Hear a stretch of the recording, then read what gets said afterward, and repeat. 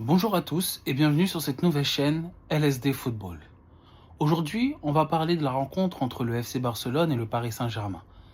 Alors, plusieurs choses à évoquer. Tout d'abord, on doit voir que les deux équipes sont peut-être aujourd'hui les deux meilleures équipes qui pratiquent le plus beau football en Europe aujourd'hui, mais surtout qu'elles n'ont pas toutes leurs forces en présence. Donc ça reste intéressant puisque on entend par-ci et par-là que c'est très déséquilibré, que peut-être que le Barça va gifler le Paris Saint-Germain qui n'a pas toutes ses forces, mais on ne rappelle pas souvent que le FC Barcelone n'a pas également tous ses joueurs de disponibles.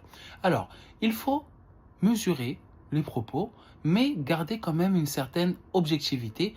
Et si on est fan barcelonais ou fan parisien, quand même voir que nos deux équipes ont des points forts et auront des bonnes chances de faire bonne figure pendant cette rencontre. Tout d'abord, parlons de l'équipe à domicile.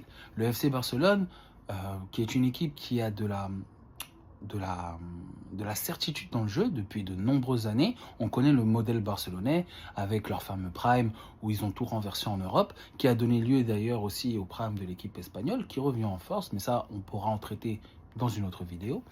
Mais il faut tout d'abord souligner le fait que Hansi Flick fait un travail énorme, énorme et formidable depuis quelques années au Barça.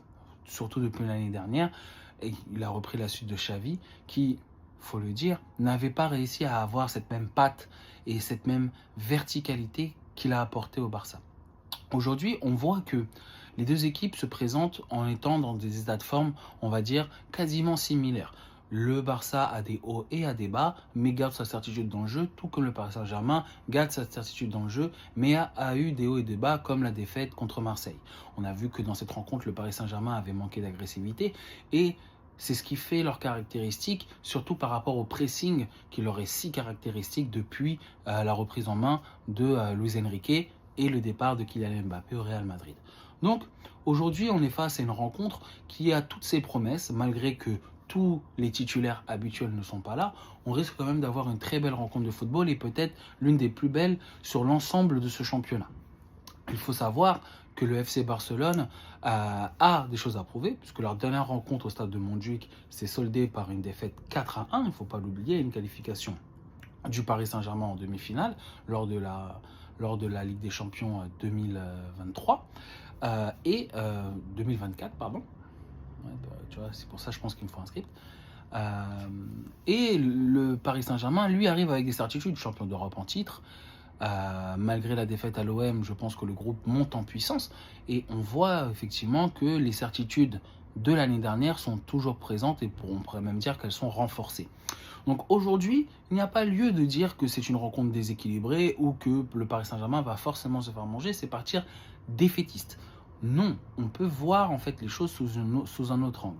On peut voir que chacun a ses forces et chacun a ses faiblesses. Le Paris Saint-Germain, notamment avec un Bradley Barcola qui lui sera titulaire, c'est une certitude, à moins d'une blessure à l'échauffement, devra profiter des espaces laissés par les Barcelonais. Cet espace qui a profité à de nombreuses équipes en Liga, puisque le FC Barcelone marque effectivement pas mal de buts à ce côté offensif, ce côté beau football, etc. Mais prend quand même beaucoup de buts et subit pas mal d'occasions. On pourrait revenir aussi sur cette aptitude au Paris Saint-Germain de prendre aussi pas mal de buts. Quand on prend par exemple le match face à Toulouse avec le superbe triplé de Joao Neves, on regarde que le match se finit à 6-3 parce que les Parisiens ont un peu lâché le match. Alors effectivement, les buts sont marqués très vite. Il me semble qu'il y a déjà 3-0 à la 30e minute, il me semble 2-0 à la 15e minute. Donc ça va très vite. On va vraiment très vite, on marque des buts. Donc on comprend qu'en deuxième mi-temps, en fin de match, l'équipe se relâche un peu. Maintenant, il faut quand même analyser le fait que ça va créer des opportunités pour les deux équipes. Donc on va avoir un match qui est assez ouvert. Non seulement le Paris Saint-Germain a l'habitude des défenses regroupées, mais le FC Barcelone également. Donc ça va être un match plaisant à voir avec Lamine Yamal sur le côté. De l'autre côté, on aura Barcola qui pourra faire des défenses. Je pense que Araújo s'en souvient toujours. Euh, voilà, il y a des choses à faire. Donc on voit ce match, franchement, je pense un peu trop moche par rapport à ce qu'il risque d'être, c'est-à-dire une superbe rencontre de football avec des superbes manières de ballon. On peut parler de Pedri, qui est bon, toujours un scandale de finir 11e au Ballon d'Or avec la qualité qu'il a, mais surtout Vitinha. Vitinha qui ne sera peut-être pas titulaire, on ne sait pas encore. Apparemment, il a fait l'entraînement collectif avec le groupe, mais ne l'a pas terminé avec le groupe. Donc peut-être qu'il sera géré par Luis Enrique de manière à ne pas le faire jouer tout le match. Maintenant, il y a Joao Neves qui est de retour, Fabien Ruiz est là, et on sait que voilà, un Mayulu, un Zaïre Emery, un Kanginli peut très bien remplacer Vitinha. Maintenant, c'est vrai que ça sera peut-être pas la même qualité, puisque du coup, ce ne sont pas les titulaires habituels, mais cet effectif parisien reste néanmoins un effectif de qualité. Pour revenir sur le FC Barcelone, on a au milieu de terrain Pedri, comme je disais un peu plus tôt. On a également un... Putain, j'ai oublié son blaze. On a le néerlandais De Jong, qui a fait très bien son travail également, une jeune pépite, bon, même si ça fait maintenant quelques années qu'il est au Barça, mais qui remplit toujours son rôle. Et on a des forces vives devant avec Lamine Yamal, comme je l'ai dit un peu plus tôt, Lewandowski. Je ne sais pas encore, on ne sait pas encore qui prendra la place de Rafinha sur le côté, mais en tout cas, le FC Barcelone a de belles individualités. Donc, ça risque d'être un match qui sera plus équilibré que ce que l'on pense. Je pense que les deux équipes vont marquer. Maintenant, arriver à dégager que l'une des deux équipes gagne, tout de suite, je mettrai ma pied sur Paris. Je pense que Paris a cette envie de démontrer que leur collectif est le meilleur. Surtout que Luis Enrique aime le Barça, donc c'est un retour dans ces terres catalanes qu'il aime beaucoup. Mais je pense qu'il a toujours à cœur de gagner ce match contre le Barça.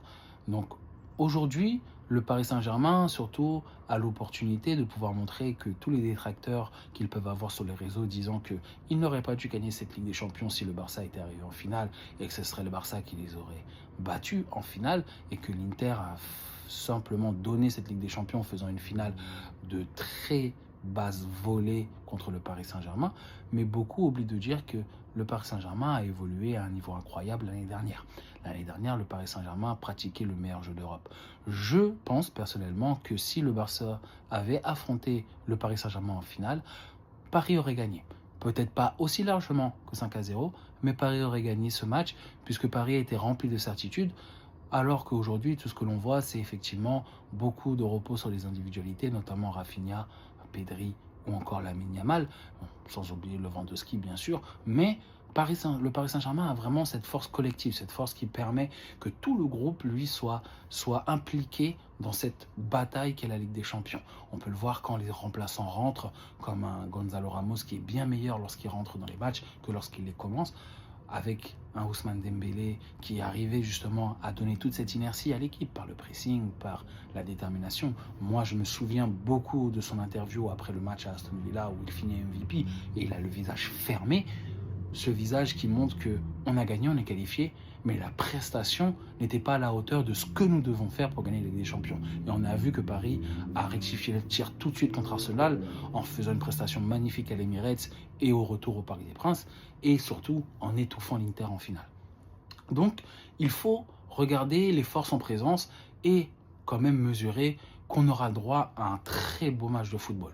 Quand on voit en parallèle une équipe comme Liverpool qui a dépensé 500 millions sur le marché des transferts et qu'on voit qu'ils perdent face à Galatasaray, on peut se dire qu'effectivement, c'est vraiment la force du collectif aujourd'hui qui va primer dans ce nouveau football, cette nouvelle manière. Je pense qu'on a un point de bascule, comme on a pu le voir à l'époque où toutes les équipes jouent en 4-4-2 et qu'un Guardiola est arrivé avec son 4-3-3, cette manière de déplacer les joueurs, de jouer dans les demi-espaces, de faire des redoublements de passes. Je pense qu'on arrive dans un modèle de football où le pressing, la manière de couper les passes très haut sur le terrain, prendre des risques, c'est quelque chose qui va se perpétuer beaucoup plus que ce que l'on pense, puisque le Paris Saint-Germain a, entre guillemets, fait une nouvelle version de ce qu'on appelait avant le Gegenpressing, ramené par Klopp, par d'autres entraîneurs allemands avant lui, mais on voit aujourd'hui que la majorité des équipes de haut niveau essayent d'appliquer ce pressing haut, essayent de garder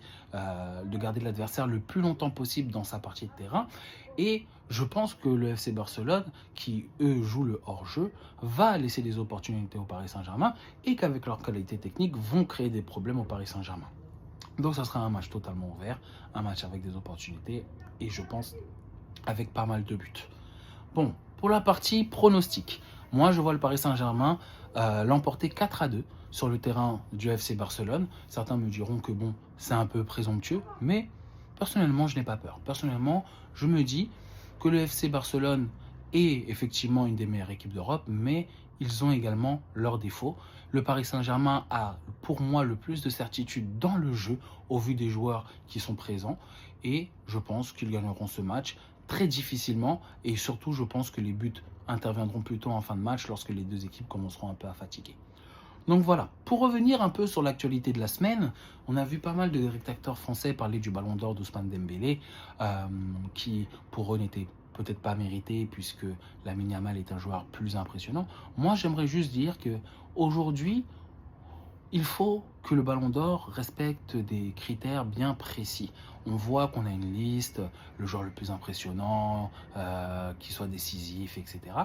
Mais pour donner mon avis, Lamine Yamal a peut-être eu trop de hype sur les réseaux, trop de hype dans le monde du football, puisqu'arriver à une deuxième place à un si jeune âge, ça promet beaucoup pour le football. Mais ça peut être aussi